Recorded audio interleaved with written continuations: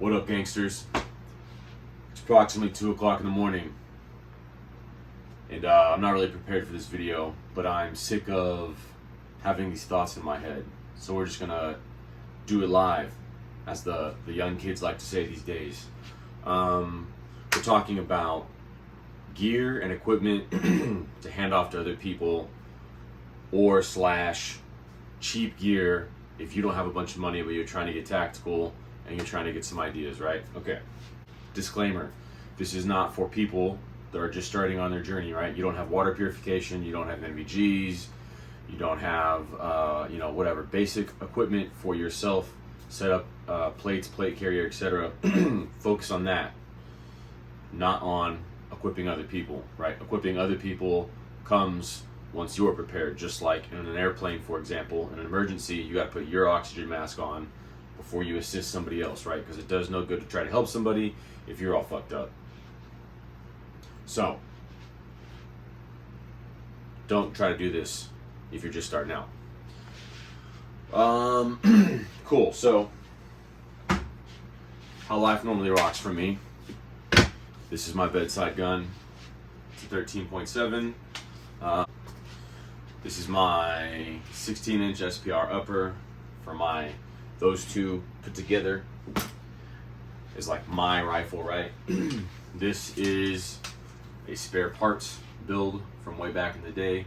Many moons ago, I was able to assemble this with spare parts. Here it is, still rocking and rolling today. And then as time continued on, and I built rifles for other people and bought pieces and parts for my rifles, I eventually was able to put together this second spare parts build, right? Emphasis on these spare parts builds, meaning I was not, just because I had a lower receiver, I didn't rush out and spend $600 or $1,000 or whatever to put a rifle together. Literally over years of, I'm going to finally buy this part and I'm help somebody else build their rifle and they don't need the gas tube, whatever. I got to the point where I was, within $100 of a finished rifle, so I went ahead and finished rifle. That's happened twice to me now. Boom, boom, boom. Cool. So how that would actuate itself in reality, I would take all of those ARs, uppers and lowers, and put them together like this, right? Here's my 13.7 on a spare parts lower. Here's my SPR build as I would normally carry it. And then the trusted and tested spare parts build from many moons ago. All right, these three rifles could now, my SPR would go with me. These two other rifles could get handed off to whoever needs it. And then we have the trusty Maverick 88, right? Cool.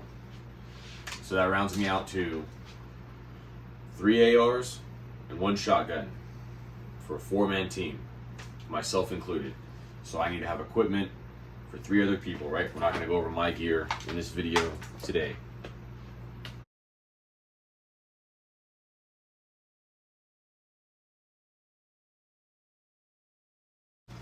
Hanging up in my closet are these 3 FLC fighting load carriers.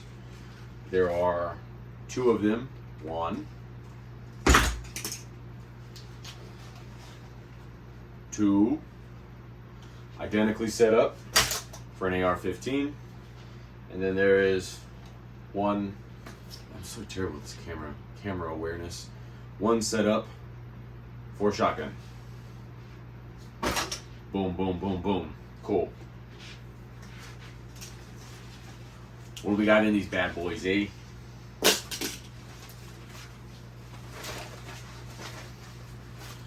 All right. So what we got going on here is 1, 2, 3, 4, 5, 6 double mag pouches across the front.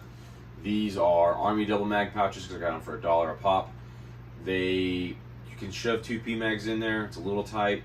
Most of the time, you probably just run 1, and then one of these would also get a radio, right? Boom, radio going in, live and on camera. Radio pouch, love it. These are all set up to be in their smallest configuration, because no matter how plus size you are, you can still throw your arms through this and the vest is still on your body in an absolute mad rush.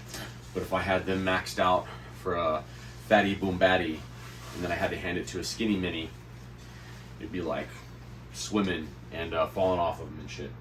So that's why I set it up that way. We have 2 canteens on either side, like in our kidney location, and then at the back we have an IFAC pouch and a GP pouch. The IFAC pouches right now are empty, and they would get filled by IFACs I have in other pieces of kit, like my EDC, my home defense bag, my range bag, right? Real fly impromptu, as well as the ammunition. I'll take you in there and we'll talk about that in a second. It is all staged. It's not in the kits for a couple different reasons, right? I want shot shells in a ammo can, and the magazines and all the weight of the ammunition would wear down, way down on this stuff and fuck up my hangers. But I keep it all staged. Mags are in bandoliers. Ammo cans right there, 12 gauge.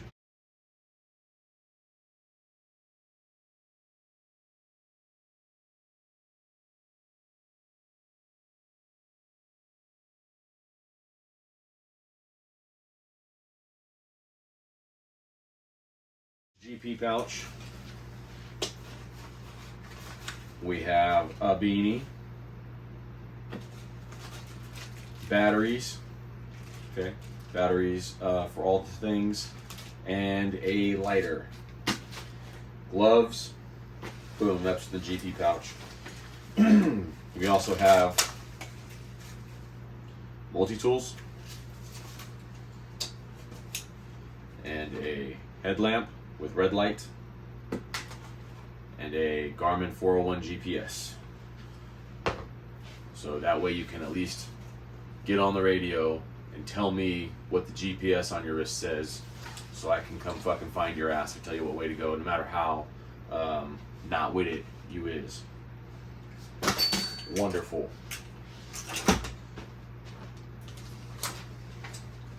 The shotgun rig.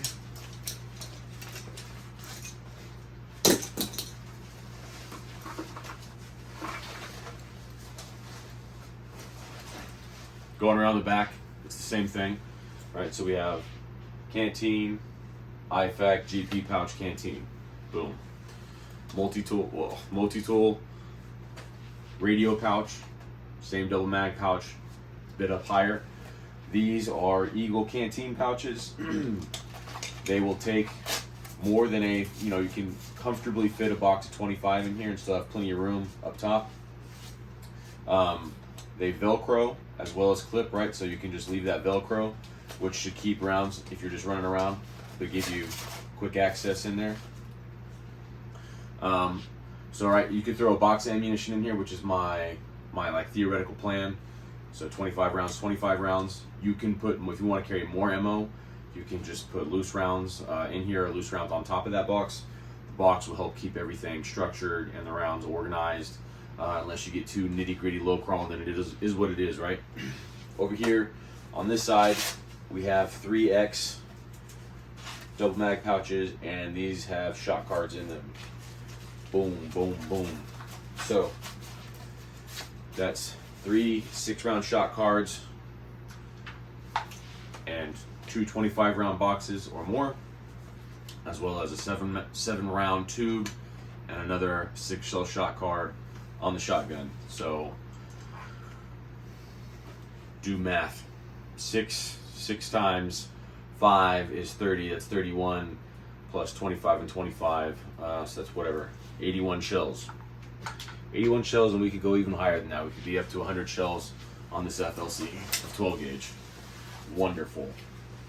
As well as, it's not super hyper ideal, and if we were running different loads regularly, we'd probably do something visually and textile to change these pouches a little bit. But because there's 2 separate pouches, we can run different ammunition, right? Buckshot up front and drone loads in the back, or whatever the case is. Last point, watches. We got watches for everybody. it's important, right? So again, going over the gadgetry, that's a multi-tool, that's a watch, that's a headlamp, that's a GPS, and a radio. Radios for everybody, okay? That's what they would be equipped with. That, you know, that's like, in my opinion, GPS. You know, I wouldn't rush out and buy GPSs again. A lot of this stuff I've just acquired, right? I have multiple GPSs just because of life, okay?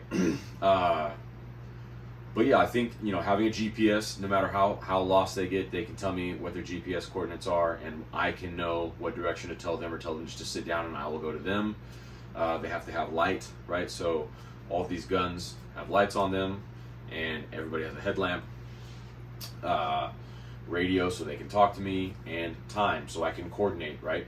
If I have a 4-man team and we split into 2 buddy pairs, and I'm like, wait 5 minutes until I come around the corner, but everybody's used to using their iPhone for time and now they don't have it on them, or whatever the case is, that's not going to work, right? So everybody needs watches as well. Who gets these and when would this happen?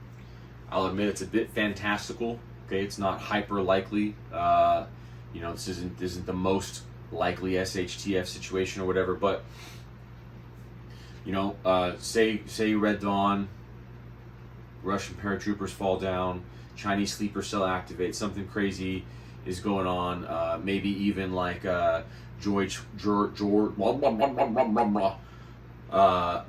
Floyd riots, but like times 10 or whatever, right? Something crazy happens. Some EBT gets canceled, and everybody starts losing their minds, and so you're rushing out to go try and defend the entrance of your neighborhood or whatever the case is, right? Go take it to those Russian paratroopers, and on your way out the door, some guy is like, you know, trying to get a low on the situation. He runs up to you and he's like, "Hey, do you have another gun? I was whatever, SWAT team, Ranger, Navy SEAL, Marine, 11 Bravo for 10 years, and I was whatever, at my parents' house playing dominoes. I was just dropping my cat off at the cat sitter, and all this popped off. You know, I didn't have all of my kit with me, but here is the situation right here, right now. I see you're a prepared citizen. Do you have anything that I could have, right? Yes, I do have something you can have, friend. And now, instead of being by myself, I got a battle buddy. Maybe we can find some more." Who is not getting this, right? Grandma Bubba, who is so fluffy that he's not even able to, you know, he's not going to keep up. I'm not going to try to sugarcoat it. If you're a fat fuck and you can't keep up, unless it's a stationary situation, obviously you're not coming with us, etc., right? Some guy that's like, "I've never shot a gun before, but how can I help?" There's other ways you can help that aren't with me giving you a rifle and expecting you to do something with it, right? So if you encounter somebody who has a good reason, a good knowledge base, and you have good reason to think that they're telling you the truth, and you're able to trust them for some reason, you have some common goal in mind, it's very clear and present danger to everybody in part, I think having this kit set up, and even as fantasy as that is, that would not be a good time to be running around and trying to molly extra pouches from your bin together and whatnot like that.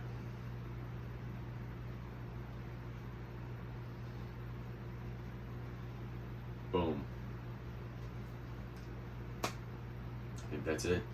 Timeless classic. See you kids on the next one.